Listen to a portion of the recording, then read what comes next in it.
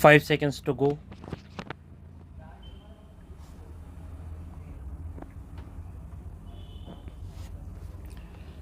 Start. Mr. Deputy Speaker, sir, the recommendation on certain observations of the board with regard to the policy on children of our country is, really speaking, a very good outcome and a very good exercise.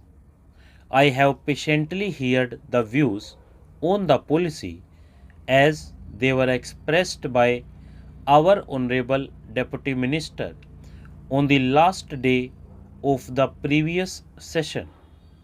I also congratulated him for his attitude towards the children. But I would like to point out a few things on this national policy on children which is followed in other countries as well as in India. In India, perhaps it is a known fact, both from the point of view of religion and that of ancient thinking, that the child is treated as God.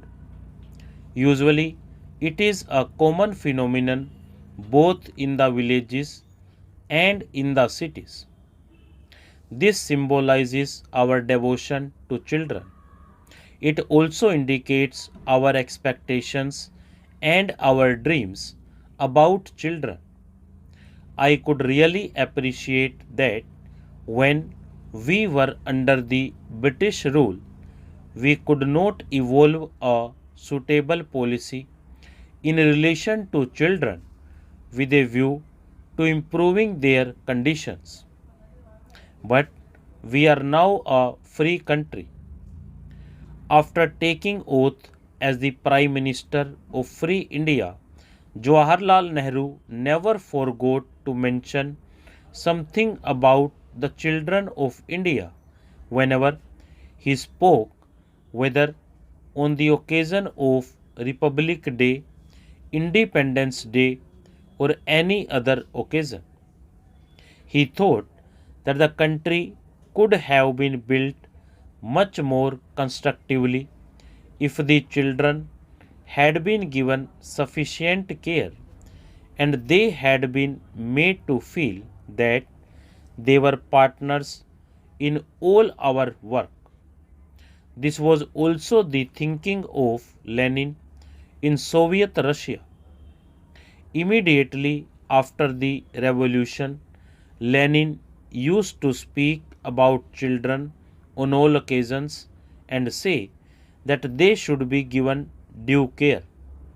This resulted in the formation of the Young Pioneers Group for children between the ages of 6 and 14 in Soviet Union and other socialist countries.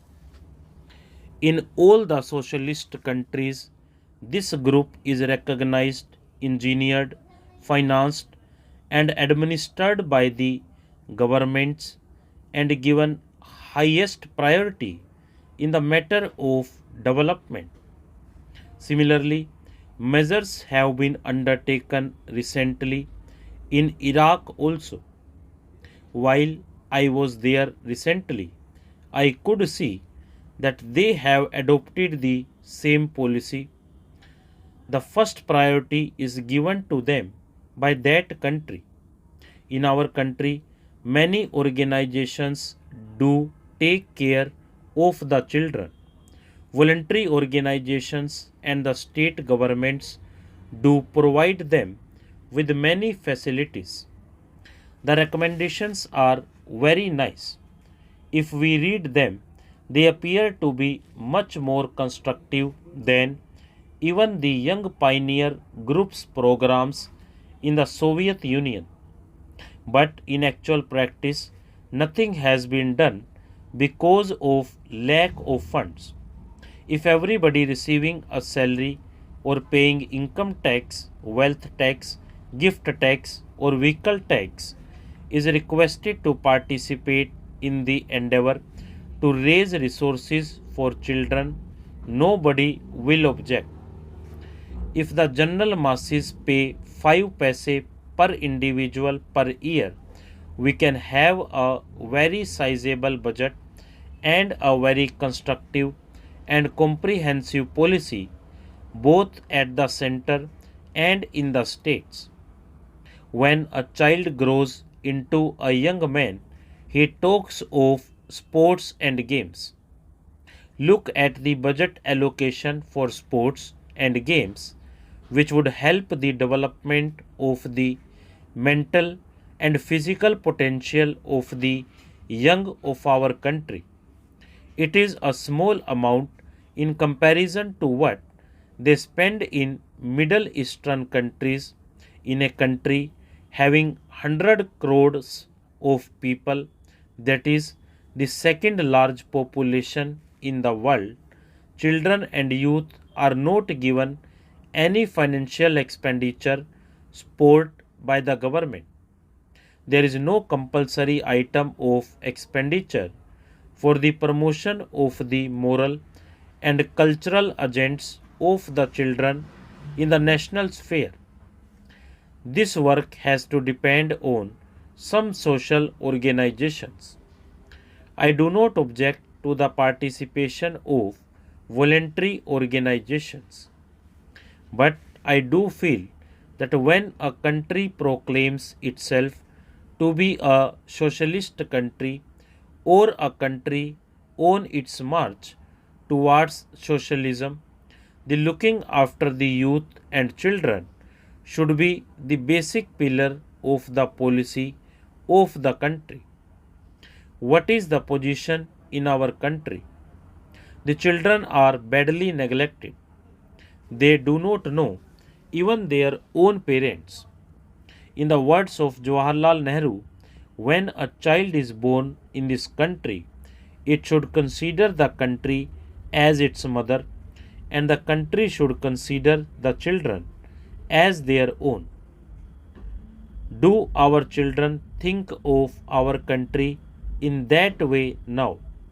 Today, the looking after of children is done by the father of a church because they feel that is the way to serve God. Sometimes we give them prizes or we recommend their names to the United Nations organization or other authorities for the award of Nobel or some other prize. But do you think that a country like ours should depend on a father of a church for the welfare of our children? The moment a child is born in our country, it should be the responsibility of the country under our constitution and the rule of law as it obtains today. Stop.